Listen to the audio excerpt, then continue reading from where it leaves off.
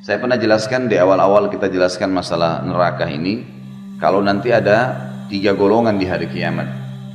Ada golongan yang masuk surga tanpa hisab, tidak ada timbangan lagi, masuk surga langsung.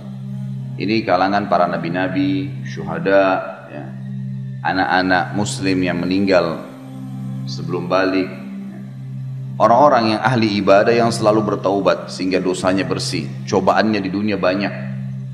Orang yang sering kita lihat dari cobaan ke cobaan, dari cobaan ke cobaan tidak selesai-selesai, sementara dia orang beriman. Nah, ini adalah orang-orang yang tanda-tanda akan masuk surga tanpa hisab, karena cobaan itu membersihkan dosa-dosanya.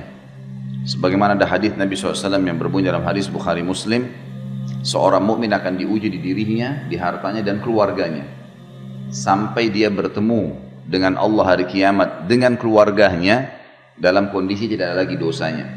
Orang-orang ini masuk surga tanpa hisab, nggak ada lagi timbangan amalnya. Masuk di dalamnya juga adalah golongan yang disebutkan oleh Nabi SAW, 70.000 orang dari umatku masuk surga tanpa hisab.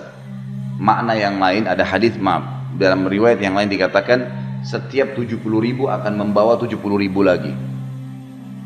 Ini semua masuk surga tanpa hisab mereka. Ada golongan yang kedua adalah orang kafir. Ini langsung masuk neraka tanpa hisab juga, karena hisab itu timbangan amal. Orang-orang kafir, munafik dan orang musyrik, 3 ini nggak ada timbangan amal, nggak perlu ditimbang amalnya, langsung masuk neraka. Begitu sudah menerima bukunya dengan tangan kirinya, dia udah tahu dia akan ke neraka, udah selesai, digiring oleh Allah, disuruh oleh Allah SWT para malaikat menggiring mereka masuk neraka. Jadi ada yang masuk surga tanpa hisab, ada yang masuk neraka tanpa hisab, tidak ada lagi timbangan amal. Nah, tersisa di tengah-tengah adalah orang yang ditimbang amalnya. Orang yang ditimbang amalnya ini ada 2. Ada orang yang nanti setelah ditimbang amalnya, ternyata amal solehnya lebih banyak. Ini disebabkan karena dia masih banyak dosanya juga. Ada dosa yang dia lakukan, malas bertobat, nggak mau bertobat kepada Allah Azza wa Jalla. Nah, ini orang seperti ini bisa lolos. Misal amal solehnya 100.000, dosanya misal 90.000, ada 10.000 selisihnya. Nah, dia lolos nih, tapi ditimbang dulu, dihisap dulu. Nah, orang-orang yang dihisap tadi ini lolos karena amal solehnya lebih banyak, sama orang-orang yang masuk surga tanpa hisap itu bisa memberikan syafaat. Mereka lah yang bisa memberikan syafaat.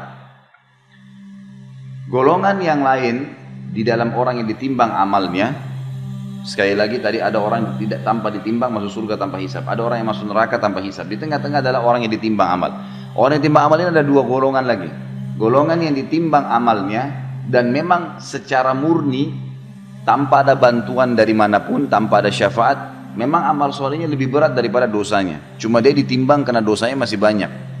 Tadi saya kasih contoh, misal amal solehnya 100.000, dosanya 90.000. Nah, ini berarti dia selamat masuk surga, tapi dihisap dulu, gitu kan?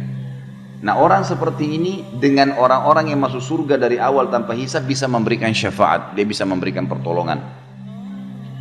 Golongan kedua dari orang yang ditimbang amalnya adalah orang yang ditimbang amalnya, tetapi amal buruknya lebih berat.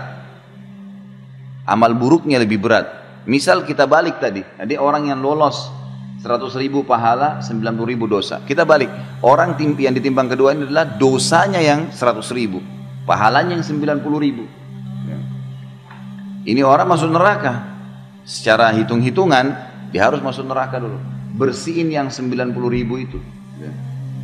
Tapi di sini ada banyak pendapat ulama. Yang pertama dikatakan, kalau dosanya 90.000, dosanya 100.000, ini misal pahalanya 90.000, maka dia disiksa di neraka sesuai dengan kadar selisihnya saja, bukan semua dosanya, karena dia punya amal saleh. Dia punya amal saleh. Jadi misal kadarnya cuman beda 10.000, ya 10.000 itulah yang disiksa di neraka, karena yang lainnya dianggap berimbang dengan amal salehnya. Makin banyak dosanya, makin lama di neraka. Misal kalau selisihnya banyak sekali, dosanya 100.000, mungkin amal solehnya cuma 1.000. Ini berat buat dia, dia akan disiksa. Bahkan ada orang hari kiamat, amal solehnya tidak ada sama sekali.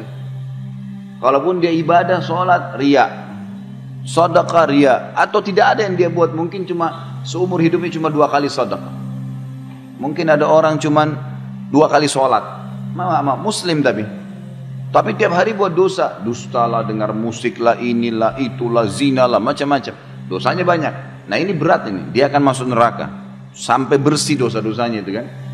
Nah, baik. Jadi di sini orang yang ditimbang amalnya, yang kedua ini adalah orang yang dosanya lebih berat, lebih banyak daripada amal soleh, dia akan masuk ke neraka. Kita masuk ke bahasan kita masalah syafaat. Orang yang masuk surga tanpa hisab tadi dengan orang yang sudah lolos murni memang karena pahalanya banyak, dosanya ada tapi pahalanya lebih banyak, mereka boleh memberikan syafaat. Yang diberikan syafaat adalah orang yang tadi ini, yang ditimbang dosanya lebih banyak daripada amal solehnya. Tidak ada syafaat bagi orang kafir, nggak ada syafaat untuk orang munafik, nggak ada syafaat untuk orang musyrik. Yang kekal-kekal di neraka ini nggak ada syafaat, nggak ada pertolongan buat mereka, nggak ada orang-orang ini keluar dari neraka selamanya abadi. Yang kena syafaat hanya golongan kedua tadi yang ditimbang amal itu, hanya itu saja. Yang lain nggak ada lagi. Ini yang dimaksud dengan syafaat. Nah yang memberikan syafaat tadi adalah orang yang lolos murni karena pahalanya lebih banyak, dan para orang-orang yang masuk surga tanpa hisab. Dibersihkanlah. Nah, orang-orang yang masuk neraka dulu dari orang yang ditimbang amalnya, dari kaum muslimin atau kaum mukminin, orang yang beriman. Di dalam ilmu agama kita diberikan istilah dengan usatul mukminin. Usat itu maksudnya ahli maksiat. Usat itu artinya orang-orang yang berbuat dosa, tidak sempat taubat, mereka masuk neraka nih. Nah, pada saat masuk neraka, disinilah saatnya syafaat. Diberikanlah syafaat ke mereka dari kerabatnya, dari teman-temannya. Bahkan Nabi Muhammad SAW sendiri memberikan syafaat. Nah di sini akan dikeluarkan mereka, tapi mereka sudah masuk ke neraka. Dan Allahu a'lam berapa lama, Allahu a'lam. Ada juga pendapat ulama mengatakan syafaat orang-orang yang masuk surga tanpa hisab, mereka bisa memilih kapan mereka memberikan syafaat.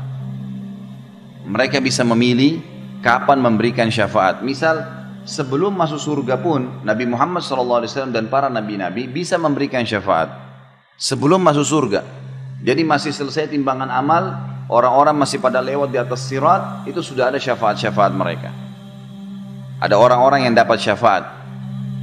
Contoh misal ada orang dosanya 100.000, tadi pahalanya 90.000, selisihnya kan 10.000 ya. Nah dia mendapatkan syafaat nih, syafaat nabi-nabi, syafaat Nabi Muhammad SAW misalnya, syafaat seorang keluarganya yang mati syahid. Maka dosanya dibersihkan, mereka lolos karena diberikan syafaat oleh orang-orang yang masuk surga tanpa hisab. Ada juga orang yang dapat syafaat tapi bukan dari golongan yang masuk surga tanpa hisab, cuman dari kerabatnya yang lolos tadi timbangan amal tapi sedikit. Misal tadi masih ingat saya bilang kalau ada orang yang murni pahalanya 100.000, dosanya 90.000, kan dia lolos masuk surga ya. Dia punya selisih 10.000 kan. Nah dia diberikan kesempatan oleh Allah untuk memberikan syafaat. Dia diberikan kesempatan oleh Allah Azza wa Jalla untuk memberikan syafaat sesuai dengan kadar pahala dia yang lebih saja. Jadi ada orang yang memberikan syafaat tanpa hisab, itu terutama nabi-nabi, mereka bisa berikan syafaat kapan saja sebelum masuk surga pun ya. Ada orang-orang jadi diselamatin tuh orang-orang. Sebelum masuk surga, sebelum masuk neraka sudah diselamatin. Ada orang-orang enggak, mereka masuk neraka dulu lalu ditolong. Nah yang menolong mereka ini bisa para nabi-nabi juga. Syafaat yang lainnya bisa sebelum masuk neraka atau sudah masuk neraka. Ada juga kerabat mereka yang lolos timbangan amal tapi kadar selisihnya sedikit. Misal antara pahalanya 100.000, dosanya 90.000. Nah ini selisihnya sedikit 10.000, dia cuma bisa menolong 10.000 itu saja. Misal ada kerabatnya ternyata butuh 9.000 pahala, dikasihlah sama dia. Bukan dikasih dari pahala dia ya, kadar itu bisa dipakai. Dia bantulah, misalnya ibunya kurang 9.000 dikasih sama dia, sisa 1.000 dia kasih kepada adiknya misalnya. Tapi adiknya ini punya dosa 5.000, dia dibantu 1.000, berarti kan belum bisa masuk ke neraka nanti si adik. tapi cuma kadar 4.000 disiksa. Ada begitu, itu namanya semua itu ada bentuk-bentuk syafaat ya. Pertolongan-pertolongan yang akan membantu. Tetapi ini semua tentu targetnya apa? Kita jangan jadikan sebagai target Bapak Ibu sekalian. Karena pertolongan itu bisa dapat, bisa enggak.